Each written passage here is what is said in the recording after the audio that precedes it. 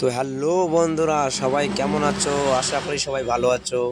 তো আপনারা দেখছেন যে এইখানে গাড়িগুলো কিভাবে সারিবদ্ধ হয়ে দাঁড়িয়ে আছে আলু লোড করে। তো আপনারা বুঝতেই পারতেছেন যে এটা হিমঘরের সামনের লাইন হবে। তো দেখুন এক একটি ট্রাক্টর এবং ভটভটি ও পিকআপগুলো দাঁড়িয়ে আছে আলু নিয়ে কালকে রাত্রিবেলা থেকে। তো আপনারা এই ভিডিওতে দেখতে পারবেন যে হিমঘরের মধ্যে এই লাইন নিয়ে কীভাবে জ্যাম লেগে যায়। তো এখনও হিমঘরের গেট খোলা হয়নি। তো যখন হিমঘরের গেট খোলা হবে তখন কিন্তু ড্রাইভারদের হুড়োহুড়ি লেগে যাবে। তো দেখুন এখানে বেশিরভাগটাই পিকআপ, ট্রাক্টর এবং ভটভটি। এটা হচ্ছে সকালবেলা, আর কিছুক্ষণের মধ্যেই গেট খোলানো হবে। তারপরেই কিন্তু এই গাড়িগুলোকে ভিতরে ঢোকানো হবে, তারপরেই খালি হবে।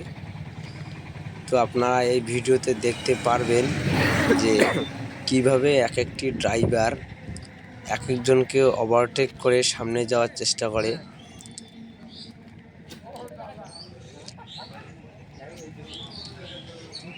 এবং এটা যে দেখতেছেন এই স্টোরটা হচ্ছে বৈরাগীরহাট গোস্বামী স্টোর। তো এখানে আমরা একটি এলপিকেও দেখতে পাচ্ছি। তো এই দেখুন হিমঘরের গেটের সামনে এলপিটি দাঁড়িয়ে। তো আমি এখন আপনাদেরকে যে মেন গেট, সদর দরজা যেখান দিয়ে আমরা হিমঘরের মধ্যে প্রবেশ করি সেটা দেখাবো। দেখুন ড্রাইভারগুলো কিন্তু এখানে দাঁড়িয়েই আছে,